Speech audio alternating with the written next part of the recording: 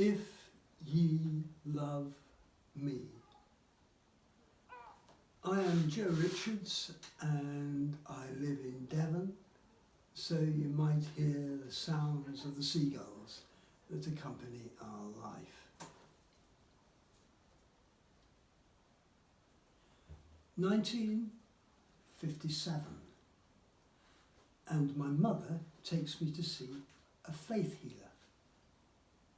The faith healer puts his hand on my head, says a few things to God about my asthma, then it all goes a bit quiet, and he withdraws his hands and reports back to my mother that I will be healed. This promise seems to help her, and we have afternoon tea at Coles. That night, another bout of asthma. My mother stands at the end of the bed, arms folded. After she leaves the room, I masturbate, a recently acquired skill. But at the moment of release, at that moment, the asthma stops. Next day she looks in. The wheezing is gone. My body is relaxed for once, the shoulders, ribs. She is examining me. There is colour in your cheeks, she says. She and me, we kneel by the bed, and she thanks God for this miracle, this mystery. However, despite my efforts, the asthma returns. I am sent away to boarding school. I wake in total darkness, desperate for a pee. The dorm is large with blackout curtains from the wall. I have no idea where the door is. I feel my way to the wall. I am on tiptoes, eyes gaping. I come across what seems to be a door frame for a small room. In the morning, everyone is trying to work out who has pissed in the linen cupboard. There is laughter and pointing. We decide the culprit is a boy called Faris. Friday night is bath night for the 7 of us in our dorm. The nurse is present. In twos, we take turns to get into the bath. I share with Faris and his long legs. Now, the last boy, Green, will have it all to himself, not just because he is the odd number, but that his left ball has failed to drop. It waits conspicuously in the cleft of his groin. Nurse Deakin is concerned that this ball may get kicked. We queue up, still naked. We place a foot on Nurse Deakin's starched lap. She cuts our toenails. When Faris gets to the head of the queue, he discovers that he is beginning to have an erection. He puts his toes tentatively onto her apron. It is slow and unsteady, but it is happening, and we all notice. I can see in his face that Faris is trying to wish it away. Despite its proximity, Nurse Deakin continues to clip.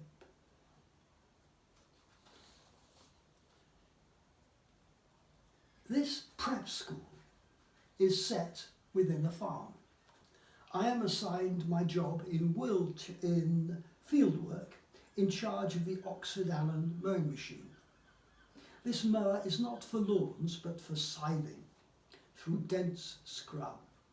It has high wheels that meet my shoulders and a swathe of silver teeth.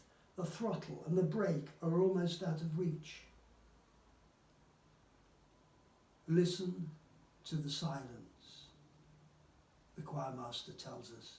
Listen to the silence within the music. As choristers, you will often encounter the word spirit, an ugly sound, all spit and lips. But we will sing sprate, and no one will know. The Lord be with you, and with thy spirit. Oh, and don't come to choir with a cold. That afternoon I cling to the Oxford Allen as it thunders through the undergrowth of mid-Derbyshire. After prep, Faris and I wait for a few moments, then taking our torches, we run down to the cricket pavilion. Faris has the key because the lawnmower that he is responsible for, the Suffolk Punch, is kept in the pavilion. He also hides his transistor radio there. We tune into 208 medium wave. It's Radio Luxembourg, your station of the stars. We are not allowed to listen to Radio Luxembourg. It is an illegal station. The headmaster has written to our parents. Only the third programme and the home service are permissible. The nurse deacon has the light programme on all the time. Horace Batchelor is our favourite on Radio Luxembourg. He talks about ways of making money by my ingenious method. We don't understand this method, but we like the records he plays, American popular songs. For no obvious reason, the letters of his hometown, Keynsham, are spelt out at the end of the programme. Keynsham, Keynsham, near Bristol. It's as if Horace is still at school. Perhaps he wants us to write to him. While Faris locks up, I see this star, this winking star, speeding across the night sky. Faris knows what it is. It's the Sputnik. What? The Russian rocket. We sprint back to the dorm to tell them. We're all up at the window, gazing as if for the first time into all that space. Litotes, Hendiades, Anaphora, Chiasmus, Oxymoron. Rufus talks of nothing but figures of speech. A figure of speech is a suitcase, boys, packed with explosives. It is a pink and green marsupial just waiting to be discovered. Agreed, we all chime, yes sir. Oxymoron, you boy, yes you. You. Deafening silence, sir. Correct. And another, free market, sir. Correct and nicely political. And shall we? Will we have another? You, sweet sorrow, sir. Correct from Romeo and Juliet, penned by your old popular pal, William Wangadaga. No, do not put your sticky little hands up. I can see you all well enough. Thank you. Next, anaphora. Yes, you boy. It was the best of times. It was the worst of times. Sir. Correct. The brilliant Mr. Dickens in total command from the kick-off. Enough. Today's word is zeugma. Rufus scratches it on the blackboard and spins round. Zeugma. You can tell it's Greek. You can lick the retsina off its syllables. But zeugma, what the hell does it mean?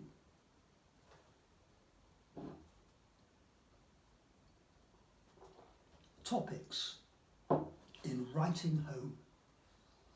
Request to parents, send more Cash's name tapes, old boys rugby results, the Gramophone Society, the new milking parlour, the rifle club competition, subject for the headmaster's lantern slide lecture, the incredible Rocky Mountains.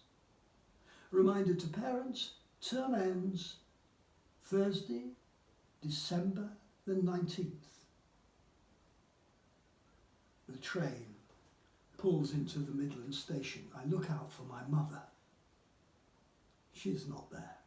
I wait. I take a taxi home, run up the drive. They are not there. The lardo window is open. And so I climb in, smashing a bottle of camp coffee. Probably abroad on holiday. That might be the explanation. It is freezing. I go to bed, treading coffee into the stairs. Can't find any sheets. I wrap myself in blankets and quite abruptly my asthma starts up. A high-pitched whirl of sound, harmonic, unstoppable, pulsating, like the Thomas Tallis spem in Alien that I heard in the Gramophone Club. Dizzying voices circling each other. I manage to get to a neighbour's house. He phones the doctor and describes what I look like. Breathless, in a blanket, feces possibly on hands and feet. An ambulance is called. I have a private room with a warm bed. The night nurse is Maureen. 3 days later, my parents appear. A comedy act, one head at a time. They do not mention a holiday or where they've been. They say how well I look. As I get dressed, they're off to see Matron, my father clutching a box of chocolates. They should have been given to Maureen. The following day, my mother has an accident. There is a lavatory halfway up the stairs. It is a rarely used room with a high window.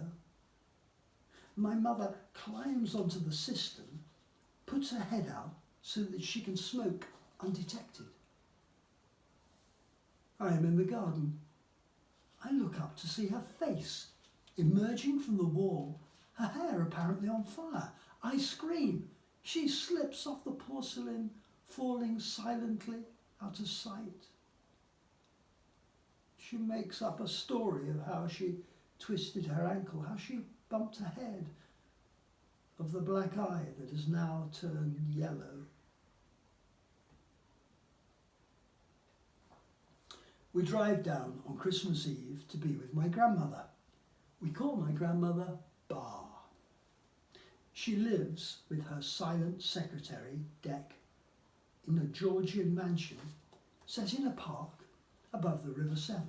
It is not hers. She does not own the place. Bar is the superintendent of a children's home. You cannot see these children from the hall, housed in cottages on the other side of the park. You can't even hear them. Bar takes no interest in childcare, but she knows how to persuade industrialists from the Midlands to donate generously to the home. At Christmas, these businessmen outdo each other with their gifts for the children. The coach house is crammed with presents. Dec unbolts the heavy doors, ushers me in, gestures me to take my pick.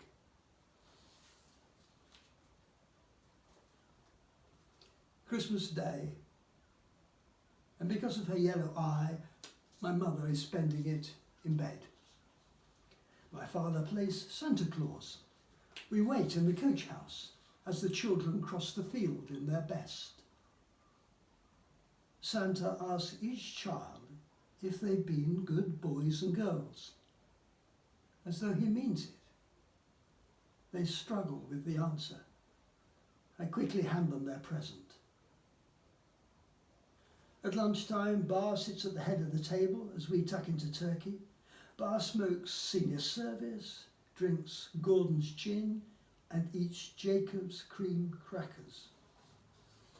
She tells me to sing. I sing the top line of Talus's "If Ye Love Me, Keep My Commandments." It's the last anthem the choir practiced. With a few changes, I make it sound as though it's a proper solo piece for the treble voice. Not that my family would have noticed. Bar claps mid-performance, and my father heads for the drawing room to watch the Queen. It's the first time the Queen has been on television at Christmas. I go to my mother's room. It's important that she sees it. She is sitting up in bed, arms flailing to get rid of the smoke. Dark glasses. She looks in my general direction, wraps her dressing gown around her and limps downstairs. And then Bar disappears into Dec's office. Is it because her daughter has decided to join us? Or is it just possible that Bar feels ousted by both my mother and the Queen?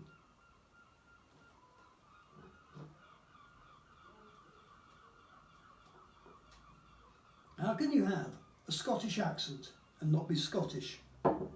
Faris is being baited again. He insists he is not Scottish. He lives in the Borders. We don't know what the Borders mean, except that we're all Borders. The boys go on about it. I try not to get involved.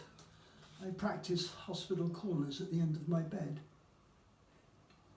In prep, I notice that Faris has created a checkerboard of tiny squares which he is meticulously filling in with red crayon.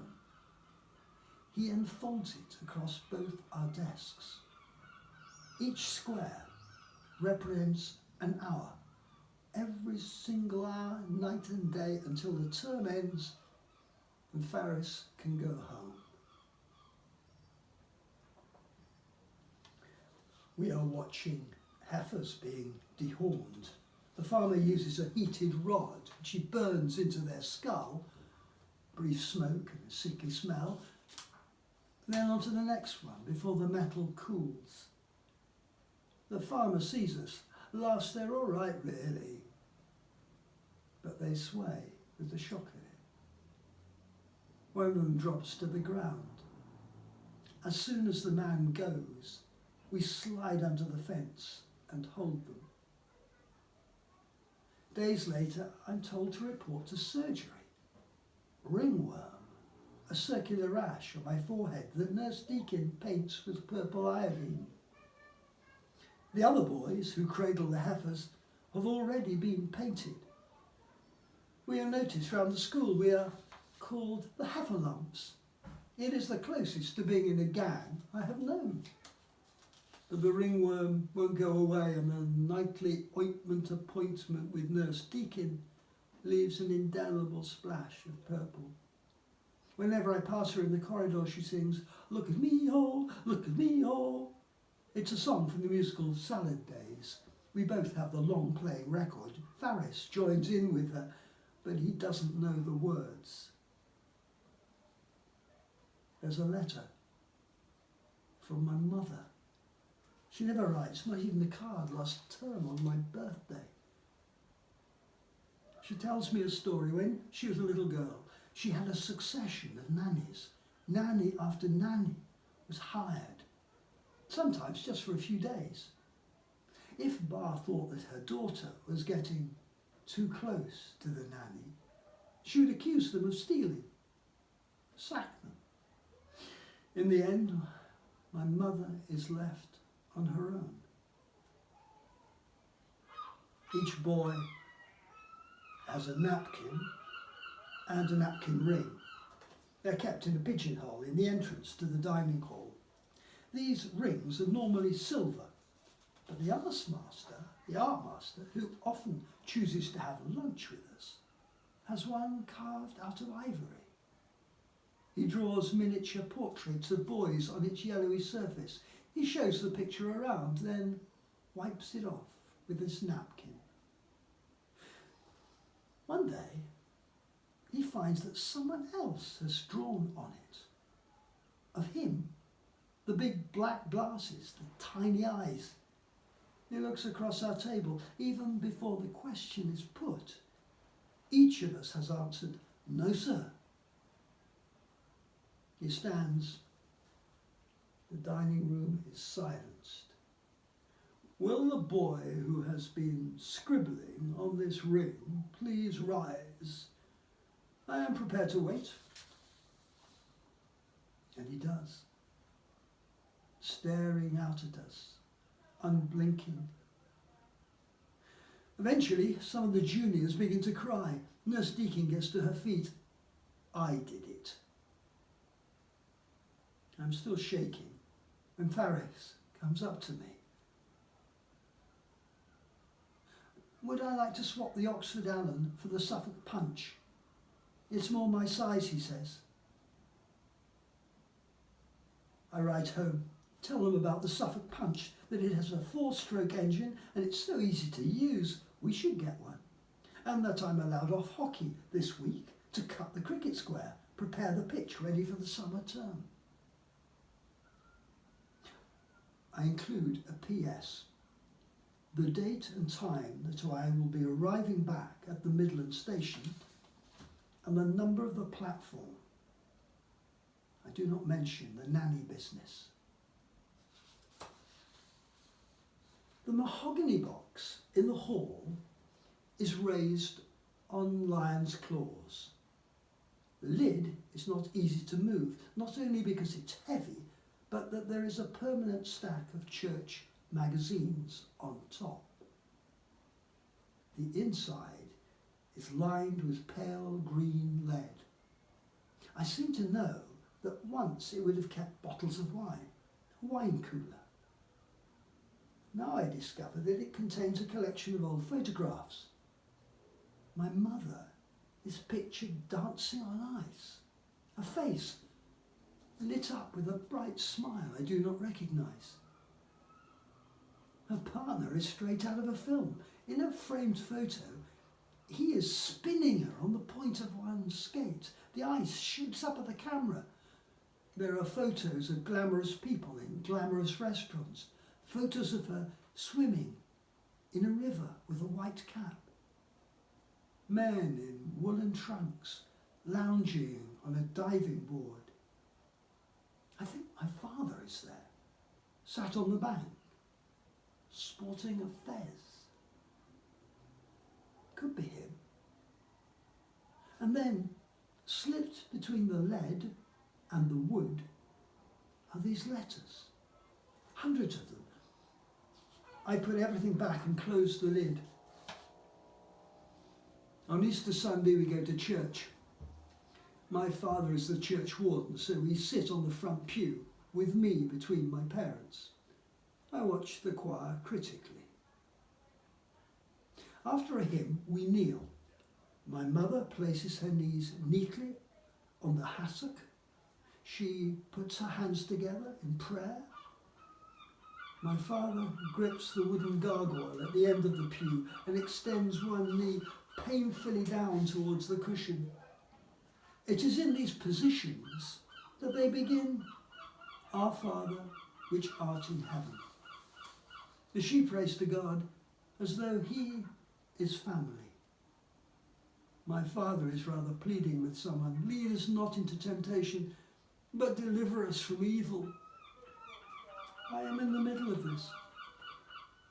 During the sermon, she gives me a brief smile as though connected to a thought. And I put my hand in her lap, where it remains unheld. I could take it away, but it would seem too big a thing to do.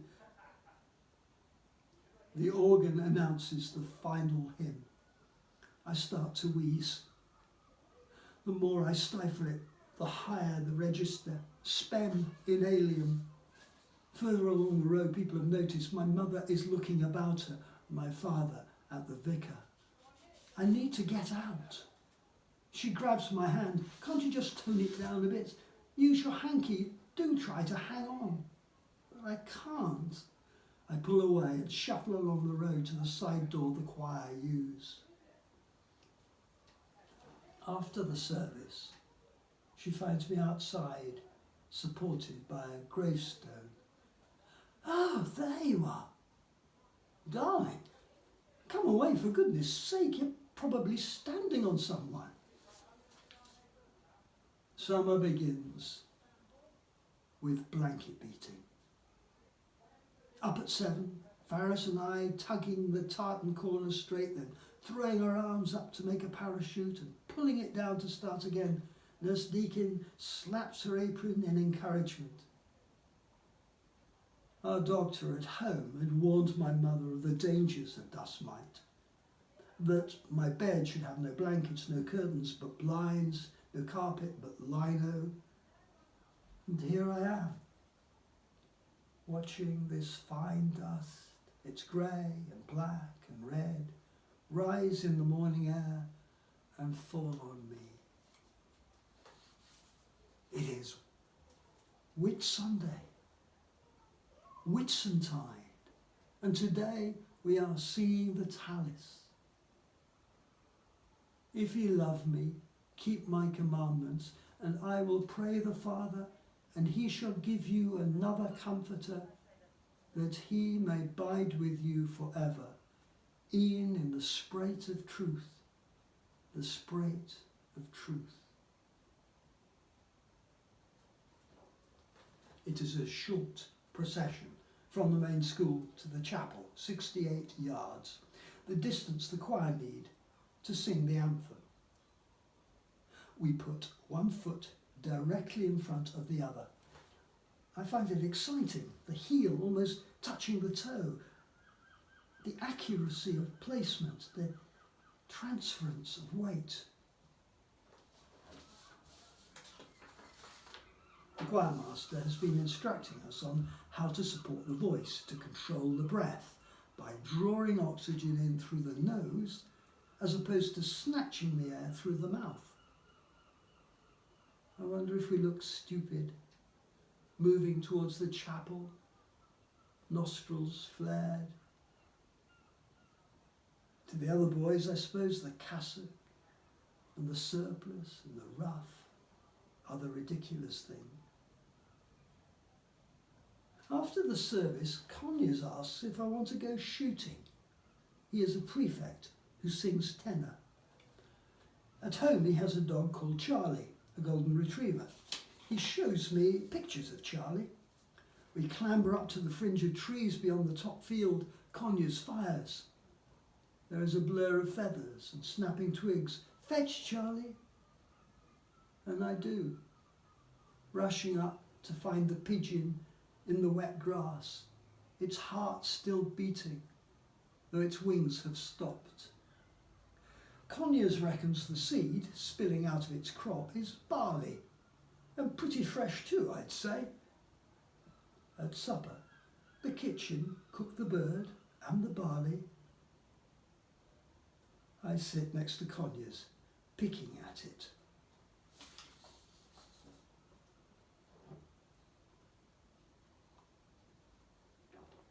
There is a picture on the wall above Farris's desk. It's a cartoon that must have been torn out of an old Punch magazine. I recognise the style because the library only has 3 sets of periodicals.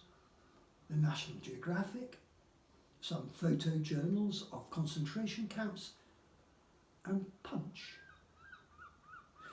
In the cartoon, a man is saying to an owl, "To wit, to whom, you muddle-headed bird?" I explain the joke to Farris, but he won't have it. He says owls don't make that kind of call where he comes from. So for him it isn't funny. He tells me that all countries imitate a dog's bark in a different way, and it'd be the same with birds. I can't agree. get quite cross, quite choked up. I start to think about the breath. There and then, I practice breathing through the nose. It softens my chest. It calms me. Faris continues to squint at the picture. Perhaps I won't be asthmatic any longer. I'll rather miss the word.